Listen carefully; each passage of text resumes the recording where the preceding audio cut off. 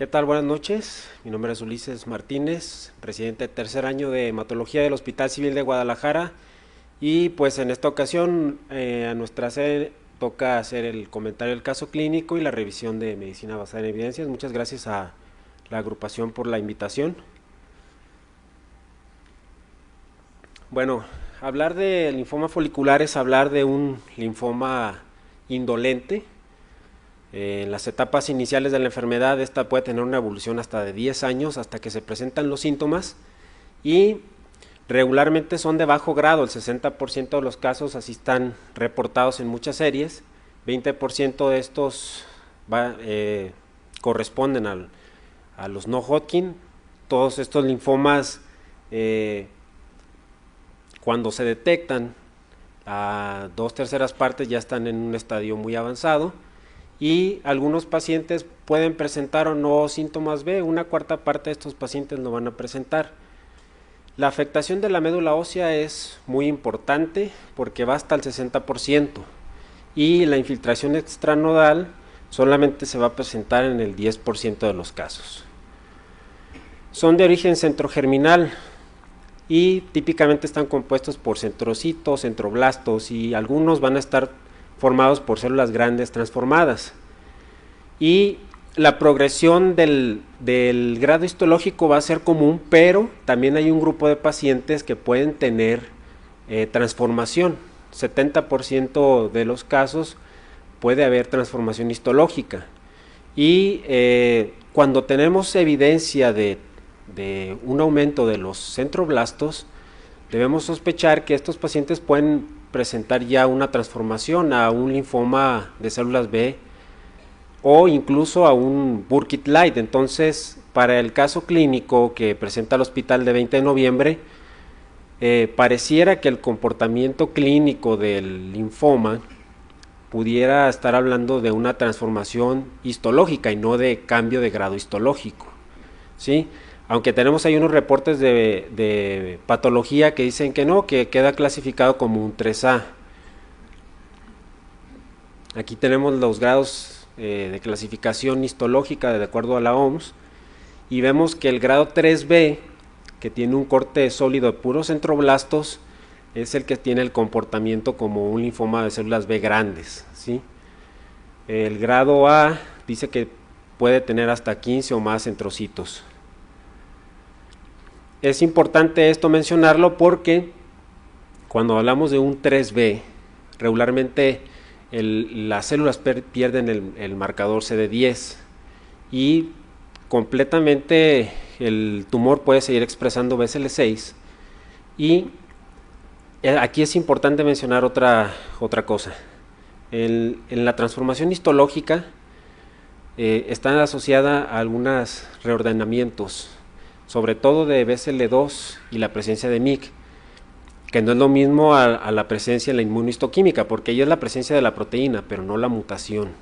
La mutación se hace por técnica de Fish, y cuando tenemos un linfoma refractario o un linfoma que no responde a la quimioterapia inicial, aparte de hacer biopsia, sería deseable realizar estudios de reordenamiento de estos dos genes, porque estos van a conferir más resistencia a los tratamientos.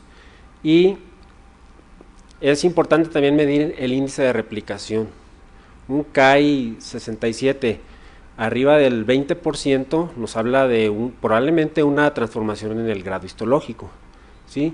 Cuando tenemos las mutaciones de estos dos genes o los reordenamientos, hablamos de entonces ya de un linfoma doble hit, y tenemos dos escenarios, que puede ser un linfoma folicular doble hit porque expresa esas mutaciones, o tenemos ya cambio de grado histológico. Vean ustedes, por ejemplo, en esas laminillas, como el grado 1 y 2 pues son centrocitos, y en el grado 3 prácticamente son centroblastos, son células B grandes. Prácticamente la arquitectura del ganglio se modifica. Y si tenemos un grado 3 con estas mutaciones, tenemos más de 15 centroblastos, entonces tenemos que hacer la distinción histológica de acuerdo al algoritmo de Hans para poder decir si tenemos un linfoma con cambio de grado histológico, y aparte de eso, saber si es centro germinal o no centro germinal, porque si ya es no centro germinal, tenemos células B activadas que son más refractarias al tratamiento, y estas confieren más infiltración a otros sitios fuera de los ganglios, que pareciera que es como en el caso que están presentando. Entonces aquí tenemos la frecuencia de las mutaciones o los reordenamientos de los genes, y vean cómo BSL2 está hasta en el 90% de los casos.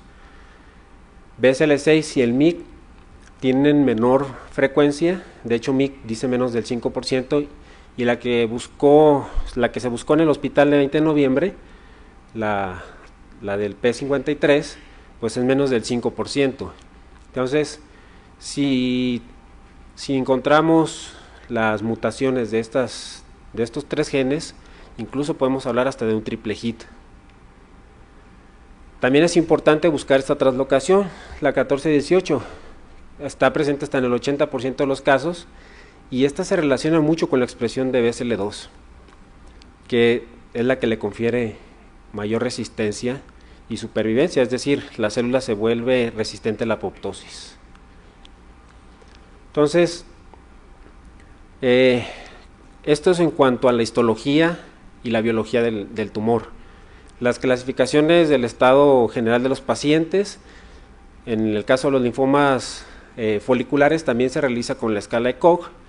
Esta yo creo que permanece para todos los linfomas.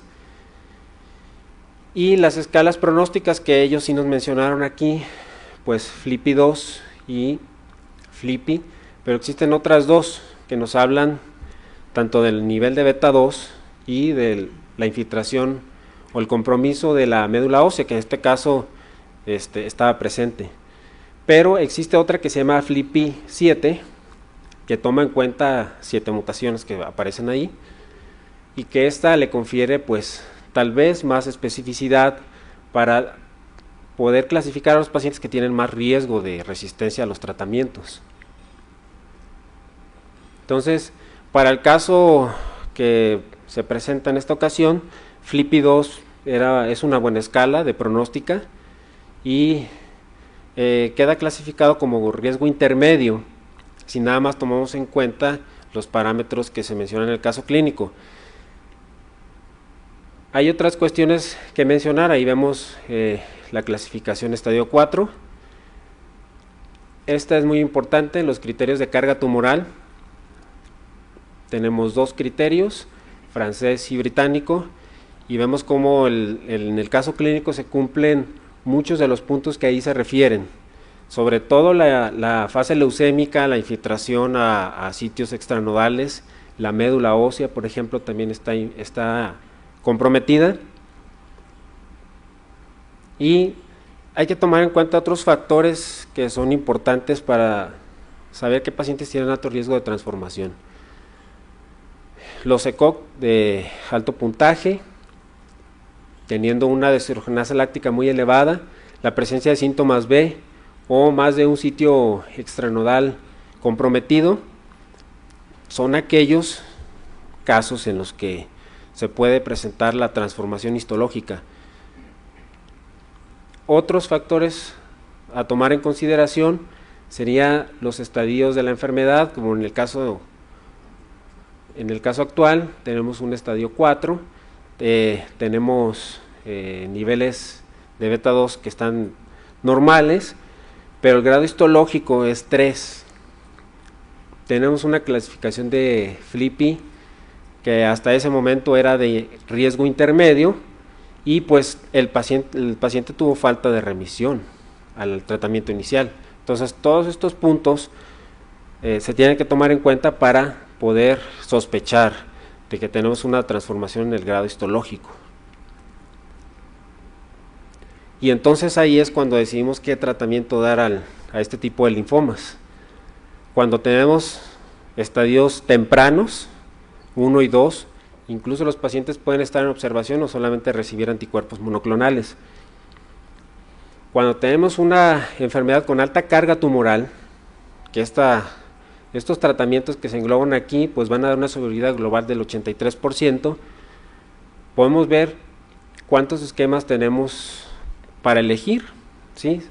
siempre y cuando no tengamos la certeza de que tenemos una transformación en el grado histológico, que solamente se hizo una progresión del grado histológico, que es diferente. Entonces, de los esquemas que aparecen ahí, parece que la combinación de bendamustina con rituximab es la que da más sobrevida a los pacientes. Y el uso de anticuerpos monoclonales de otras generaciones pudieran ser no tan útiles porque no hay tanta diferencia entre usar uno y otro, y por el contrario sí podríamos tener mayores efectos secundarios.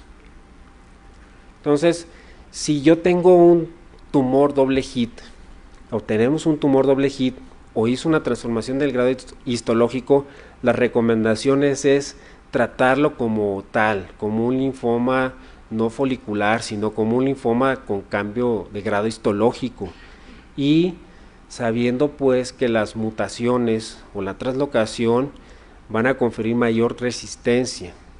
Ojo, esto con la idea de llevar al paciente a trasplante, que es parece ser que es el propósito que tiene el hospital de llevarlo a trasplante. Las revisiones para el linfoma folicular que no ha hecho transformación, precisamente sí marcan lo que el hospital 20 de noviembre está haciendo con ese paciente, dará ese esquema de quimioterapia. Pero hubiera sido deseable realizar estos estudios de translocación y de reordenamiento genético. Tal vez, estando presentes, la terapia actual que está recibiendo pudiera haberse cambiado para bajar la carga tumoral, porque si desean realizar trasplante de médula ósea, al momento de movilizar células, como el paciente ya tiene una fase leucémica, pues está algo difícil hacer el procedimiento. Entonces la propuesta sería utilizar alguna de estos esquemas de quimioterapia, que si bien algunos son muy tóxicos, por ejemplo el R-CODOX M-IVAC se puede usar en casos de que se sospeche que hay una transformación al linfoma Burkitt-Light, que también lo puede hacer el linfoma folicular. Entonces, la terapia para los pacientes que tienen recaídas o falta de respuesta inicial y que hacen progresión del linfoma folicular, la propuesta es dar dosis altas de quimioterapia e inmediatamente hacer un trasplante de progenitores hematopoyéticos. Es una buena propuesta, salvo que debe de cumplir los criterios para poder realizar la movilización de células, porque estos pacientes reciben trasplante autólogo. De primera intención no se recomienda hacer trasplante alogénico, o por lo menos no hasta el momento se ha estudiado con detenimiento el trasplante alogénico. Se utiliza más bien para pacientes que ya recibieron trasplante autólogo y que recaen y que se puede, entonces ahí sí sería importante. Entonces, desde nuestro punto de vista, probablemente se trataba de un linfoma folicular con transformación de grado histológico, refractario primario porque no entró en remisión, se quedó con un tratamiento de mantenimiento que solamente incluyó anticuerpo monoclonal.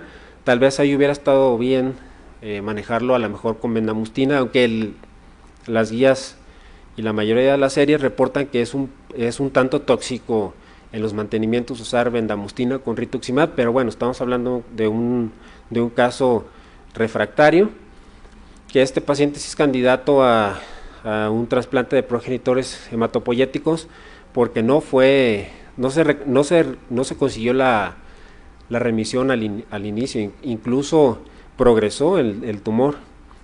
Y creo que es importante ahí tomar en cuenta que aunque la presencia de CD10 nos confiere todavía el grado histológico 3A, cuando hay pérdida de esta se tiene que pensar en un cambio a 3B o incluso a transformación de grado histológico, y en esos casos, o para los casos del linfoma folicular que todavía expresan CD10, tendríamos que pensar en las translocaciones y las mutaciones de los genes que aparecen ahí.